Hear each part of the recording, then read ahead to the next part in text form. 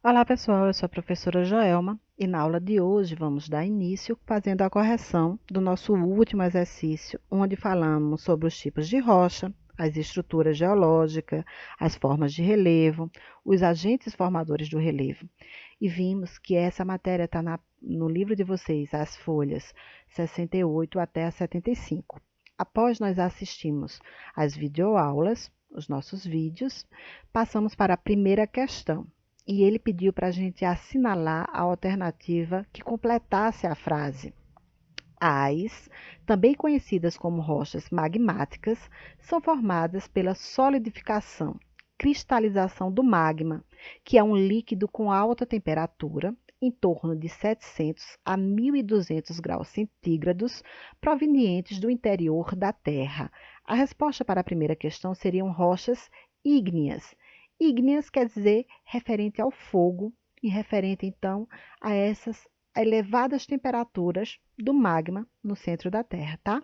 Então, primeiro, letra C. As rochas ígneas também são conhecidas como rochas magmáticas.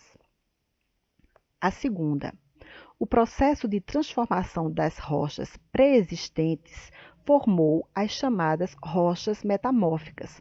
Sobre esse processo, também chamado de metamorfização, é correto afirmar que esse tipo de rocha ela só vai aparecer dentro de coisas específicas, tipo, elas vão aparecer quando houver alteração na pressão e na temperatura causada pelos movimentos das placas tectônicas no decorrer de um tempo geológico, tá? Essas transformações vão ser dos níveis químicos aos aspectos visuais e até a textura da rocha. Os principais exemplos de rochas metamórficas é o gneiser, que ele provém do granito, a ardósia e o mármore. Todas essas rochas que eu falei aqui de exemplo, elas são muito importantes para a construção civil.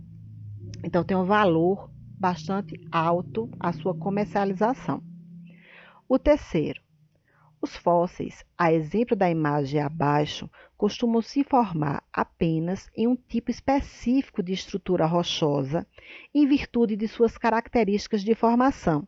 Os tipos de rocha que permitem a fossilização são: bom, as rochas que permitem a fossilização é justamente as rochas sedimentares, pois por conta do transporte de sedimentos pelos agentes exógenos como a água, o vento, tá? O gelo, eles permitem o soterramento desses restos de animais e vegetais e iniciam o processo de fossilização. Então, a resposta do terceiro é letra B. O quarto, sobre as rochas que compõem a crosta terrestre, assinale a alternativa correta. Letra A. As rochas sedimentares formam-se pelo resfriamento e pela solidificação de minerais da crosta terrestre, isto é, o magma. Não são as rochas sedimentares que se formam desse jeito, e sim as rochas magmáticas ou ígneas. Então, letra A está errada. A letra C. As rochas magmáticas formam-se a partir da compactação de sedimentos de outras rochas. A gente viu que as rochas que se formam a partir da compactação de sedimentos são as rochas sedimentares. E a letra D, o mármore, é um exemplo de rocha sedimentar. Como eu falei na questão acima, o mármore, o gneiss e a ardósia são exemplos de rochas metamórficas. Então, a resposta dessa questão está aqui, ó, na letra B. As rochas metamórficas formam-se a partir da transformação sofrida pelas rochas magmáticas e sedimentares, quando submetidas a calor e à pressão do interior da Terra. Quarto, letra B. Após assistirmos o segundo vídeo desse exercício, vamos responder a quinta questão. Mais uma vez é para completar. Os escudos cristalinos, também conhecidos como maciços antigos, são caracterizados por serem formações geologicamente antigas. Eles apresentam uma estrutura rígida e resistente, composta quase sempre por rochas ígneas ou metamórficas, posicionando-se em áreas de elevada estabilidade geológica, ou seja, aquelas áreas que não têm grandes movimentos de placas tectônicas. E a resposta que completaria corretamente todos os espaços dessa frase aqui do quinto seria a letra A. A sexta questão. São grandes cadeias montanhosas formadas pela movimentação das placas tectônicas, como Andes, na América do Sul, os Alpes, na Europa, o Himalaia, na Ásia.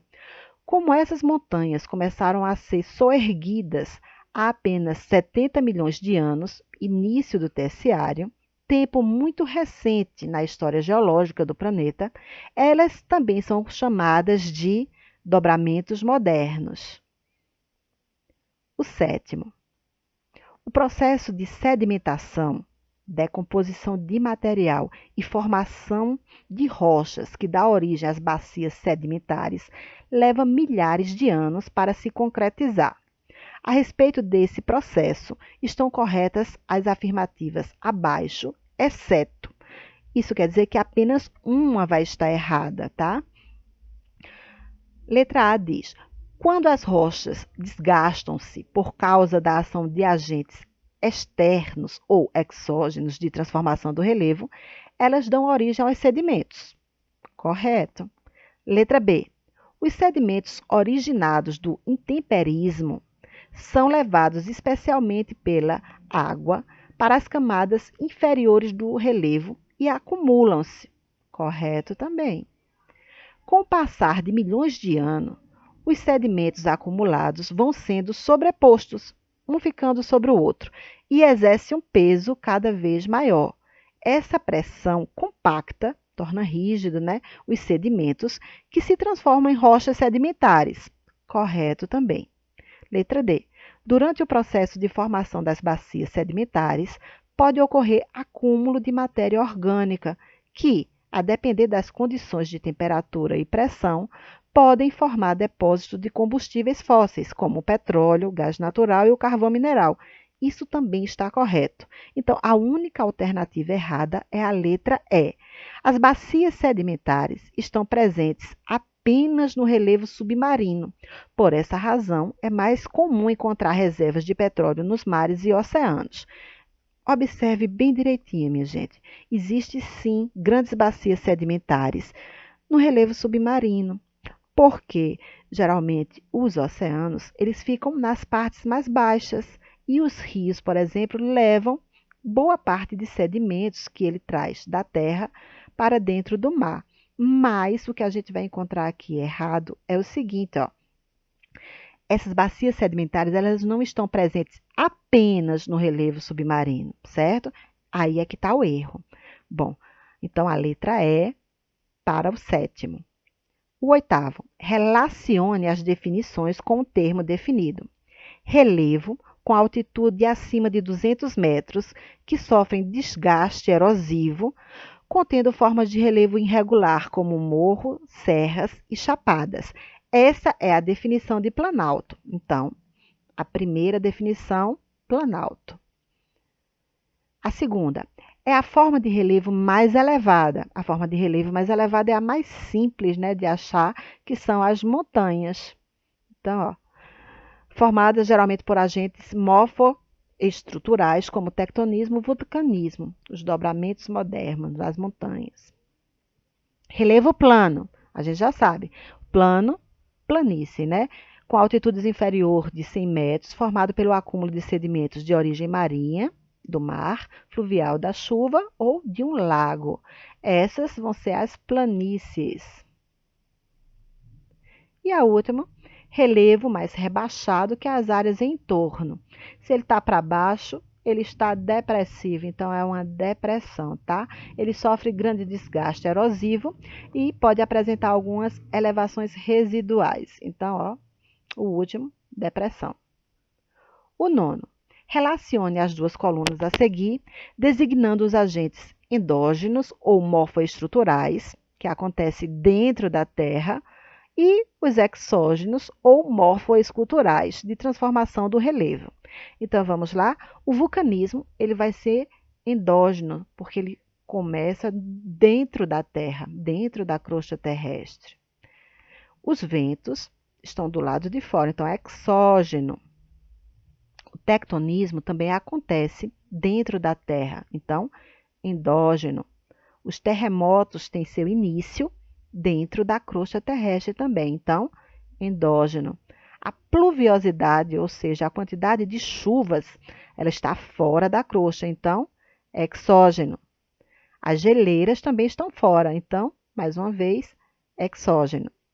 O 10º e último quesito, a rocha abaixo representada passa por alterações em sua estrutura, configurando um exemplo de intemperismo. Lembrando, intemperismo pode ser biológico, químico, físico, que vão alterar o tamanho, vão desagregar uma rocha, tá? Partir a rocha em pedaços. Nesse caso aqui, a gente está vendo uma rocha que ela está se rachando, se partindo pela ação das raízes dessa árvore que nasceu no meio dela. Então, como a árvore é um ser vivo, esse intemperismo vai ser um intemperismo biológico, tá? Com isso, nós terminamos a correção do nosso exercício. Até o nosso próximo encontro.